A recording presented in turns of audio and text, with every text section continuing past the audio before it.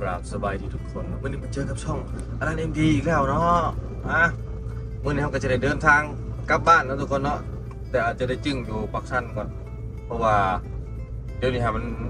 ประเทศเราเขาหันน้ำท่วมเดี๋ยวไปเจอกันอยู่ปักชันนะทุกคนเนาะจะไปแวะนอนอยู่ปักชันก่อนไปเบิ่งกันนะว่าน้ำขึ้นไล่สันใดเนาะแล้วมื้ออื่นเลยเขาไปแล้วเขาจังไปเบิ่งคนทางเนาะไปเจอกันนำบนทางเนาะมาเบิ่งกับว่ารถสิมีปัญหาบ่หรือยังน่าจะบ่มีดอกตั้งแต่ขี่มาปัญหาก็คือบ่ลื่น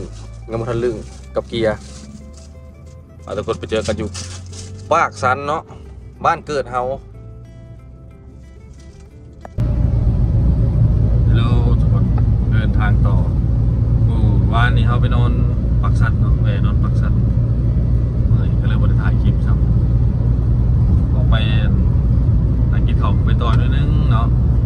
เพราะว่ามื้อวานนี้กับมื้อนี้คือกันเพราะว่าช่วงนี้เพิ่นว่าทานยังวะผ่านผู้นำบ่ใช่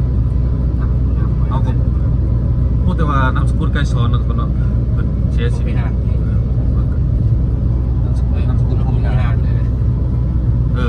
นามสกุลพรหมวิหารมั้ยได้เสียชีวิตเนาะแล้วก็เพิ่นให้ไว้อะไรประมาณ3มื้อก็เลยทางห้านยังต่างๆเนาะกลางของกลางคืนเขาบ่ให้เปิดตำรวจก็ลงบ่ให้เปิดบ่ให้สังสรรค์กันนั่นน่ะทุกคนบ่ให้เปิดเพลงว่าซั่นจ้ะสังสรรค์ได้อยู่แต่บ่ให้เปิดเพลงกันบ่ให้เปิดเลยเมื่อคืนนี้อยู่ห้านบ่ให้เปิดเลยก็เลยว่าน้อยนึงเนาะตื่นมามื้อนี้เฮาก็ได้ออกเดินทางต่อ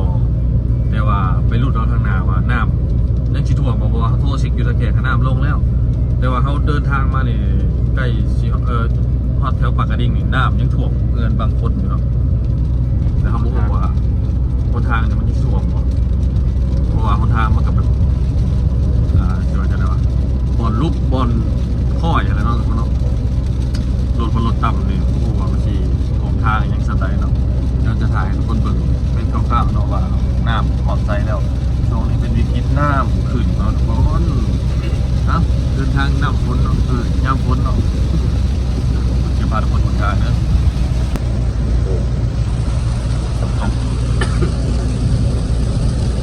ฝนตกหนักเป็นบางพื้นที่คลิปห้องนี้ก็จะอยู่ในรถดุเนี่ยแล้วทุกคนเพราะว่าเขาไปอยู่ในรถจะไปอยู่ในไซส์แล้วเขาเดินทางเนาะเห็นปล่อยครับโดนทุกคนปล่อยครับปล่อยอันนี้ก็แก่สัตว์ตาโฟนเพื่อให้บุมีไฟถ่ายลองดู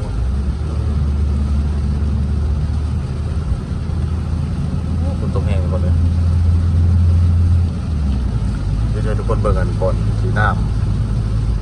ำท่วมเงินประชาชนนะทุกคนเดี๋ยวไปหอดเอาอยู่ถ่ายทุกคนเบิ่งคร่าวๆตอนนี้มาหอดครัวปากกระดิ่งเนาะมาเบิ่งมาน้ำขึ้นใช่ไหมทุกคนเบิ่งว่าเบิ่งน้ำมาดูโบเรือนะทุกคนเนาะท่วมหมด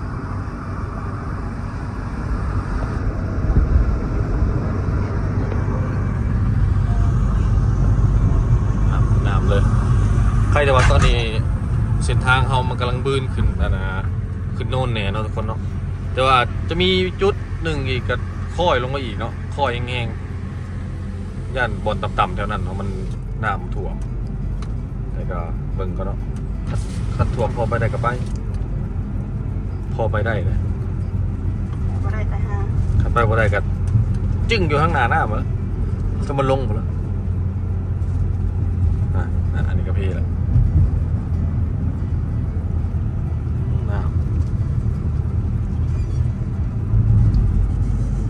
โค้งอันนี้คือเขตโค้งอันตรายเนาะทุกคนโค้งหักศอกโค้งปากกระดิ่ง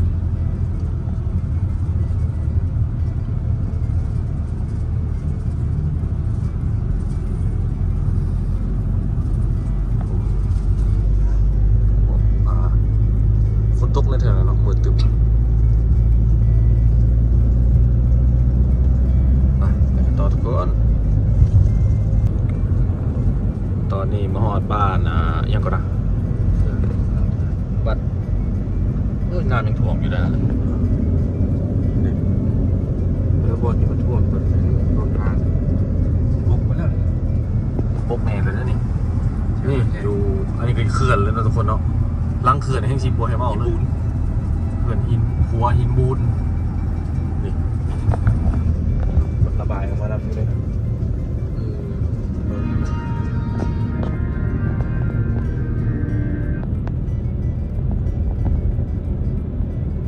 ก็เพียงกันเลยเด้ ยังกำลังท่วมกันยังไม่ได้โซนเลิศเลย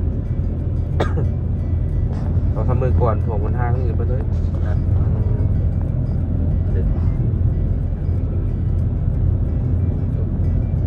ผ่านมีแล้วรอดเนาะ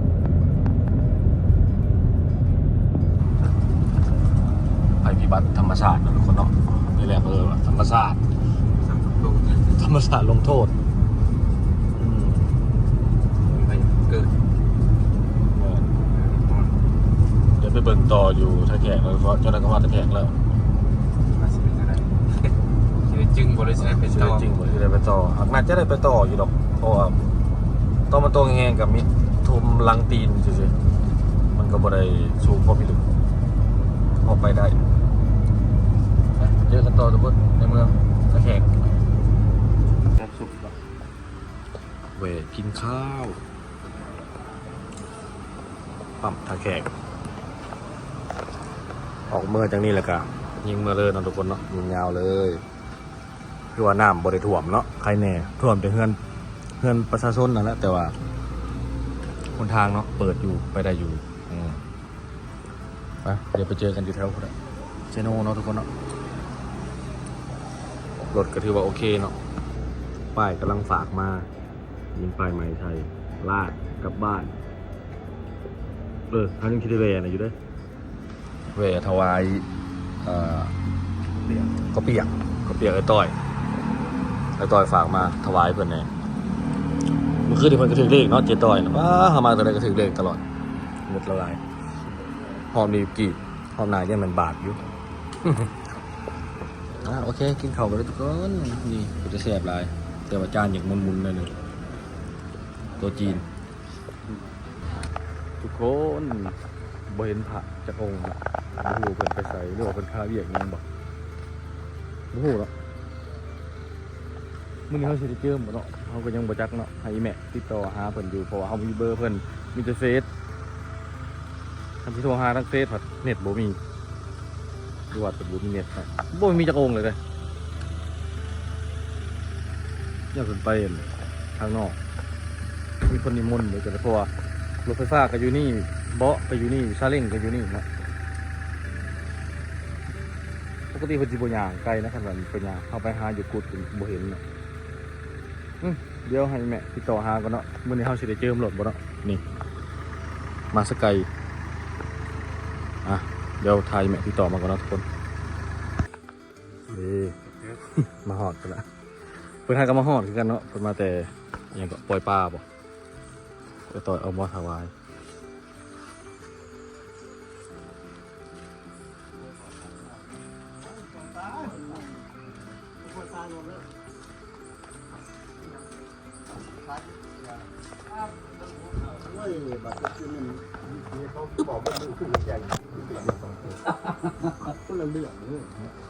เรารุ่นไป รถเข็นได้ถ่ายพาอาจารย์มาเจิมเลยนี่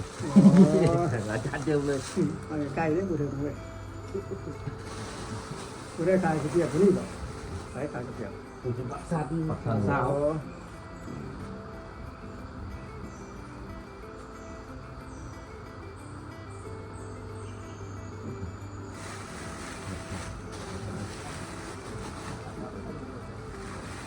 กันได้บ่เนี่ย เด้อ กันได้บ่ เพิ่นนี่หายตัวสมองสั่นเลยแล้วให้แม่โทรรายละเอียดคือบ่ได้ไปฟังน่าจะเป็นอีก ได้ก็โทรได้อย่างนี้ในงาน เด้อ มีสัญญาณ มาหาด้วยผมเคยถวายด้วยผมมาผมเคยฝากมาถวายตลอด บางทีผมรู้รถมีปัญหาบางทีผมรู้รถนำผมเบื่อป้าไปเลย อาจารย์นั่งเจิมเนาะ เดี๋ยวสิพากันไปสางเนาะสิไปจัดการรถไฟฟ้าไปหน่อยหนึ่งยามฝนเนาะรถถือฝนเลยกับปักกับเป็นเมียงเป็นยังพาทุกคนไปเจอกันอยู่พุ่นละนี่พาการขี่ดีแล้วนี่มันจะเป็นเมียงอยู่นี่เนาะทุกคนเนาะเอาเดินซ้ายมาเอาบริเกียนทั้งหมดบอกว่าเจิมละ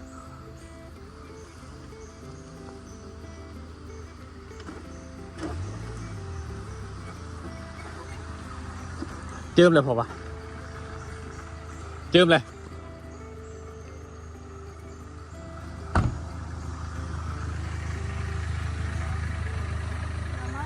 ไม่ดู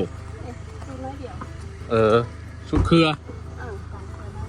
เฮ้ย ไปเฮ็ดเป็น ใครเนี้ยสิ ก็เรียกว่าเจิมละปะ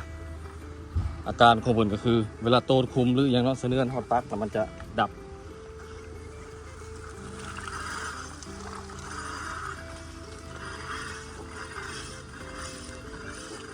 ปะคนถวายสำเร็จเฮียบห่อเลยนะทุกคนแล้วก็จะแป้งรถให้เพิ่นพร้อมเนาะพอเซนเซอร์มันรวมเนาะที่แต่มันฟิตเข่าเลยก็จบเนาะแล้วก็จะเดินทางต่อกับเซนูไปเซนูเราแบบเอารถไปตรงเห็นต่อจอดรถเก่งไหมครับไปคน หากกันมาเทวดาค่อย ไปจากมือวะไปจากมือ ที่หอดเมียดิเนาะ บอกินทอดเมีย คนนี้คนนี้ ที่บ้าน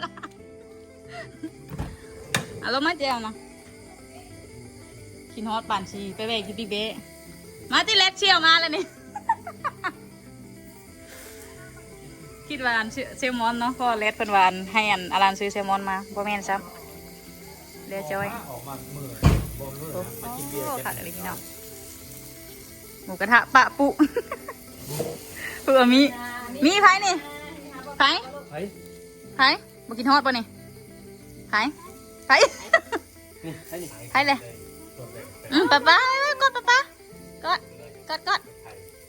กดโอ้เสียบเด้เอาไหมเอ้ยแข่งกันมาได้จักแรกจะขี่จะก้อน เอาแพงป๊าป๊าเนี่ยแพง ขากินนะคนเดี๋ยวนี้กินก่อน แพงครับเอา อ๋อ ไม่กินตา เหม็นอ่ะมีวะ